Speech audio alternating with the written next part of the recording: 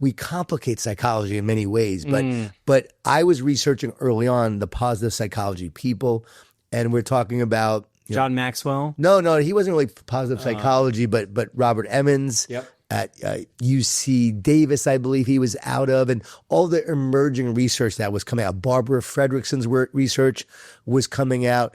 And I was just researching some of these ideas. And again, it was so new. It was in its infancy. But I'm able to take things and then apply it. So I would see the research and go, oh, how do we apply this as a coach to help someone? So I came up with, for instance, the thank you walk. The research shows you can't be stressed and thankful at the same time. So I'm thinking, okay, if you walk and you get a boost of energy from walking, you practice gratitude while you're walking, doing those two together, How are you going to be in a bad mood? Exponential benefit. Whoever, I don't care. I love you, Mom. I always say hi to Mom. Whoever hears this, one person, 1,000 people, walk and be grateful at the same time. Good luck being in a bad mood. It is my number one tip. And it changed my life because I began walking every day, practicing gratitude. Remember, I wanted to be more positive. I was on a quest to be more positive. And as I began walking every single day, I became more positive. My wife noticed a difference.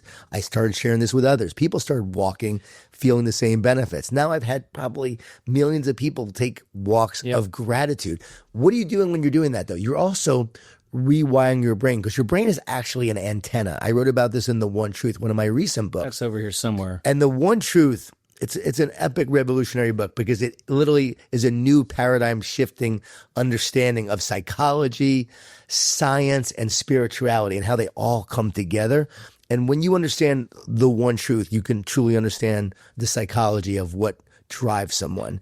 And it's either connection or disconnection. The brain is an antenna. So you're either tuning into a negative frequency or a positive frequency. Ooh. And you tune into the negative frequency, that's a lower frequency. That's what you're going to hear too. Fear, worry, anxiety, and doubt. And the root for the Greek word of anxious means to separate and divide. So when you're anxious, you actually feel separate and divided. Okay, gratitude unites and connects. So you're practicing gratitude. It's the opposite of disconnection. It creates connection. So now you're walking, practicing gratitude, thinking positive thoughts. You're now connecting to that higher frequency. You're nourishing your brain. You're nourishing your body, your mind, and your soul, and you're uniting and connecting. So now as I'm walking, every day I'm doing that, I'm tuning into the positive frequency, not the negative frequency. And I'm literally changing how my brain is working and my mind and soul began healing in that process.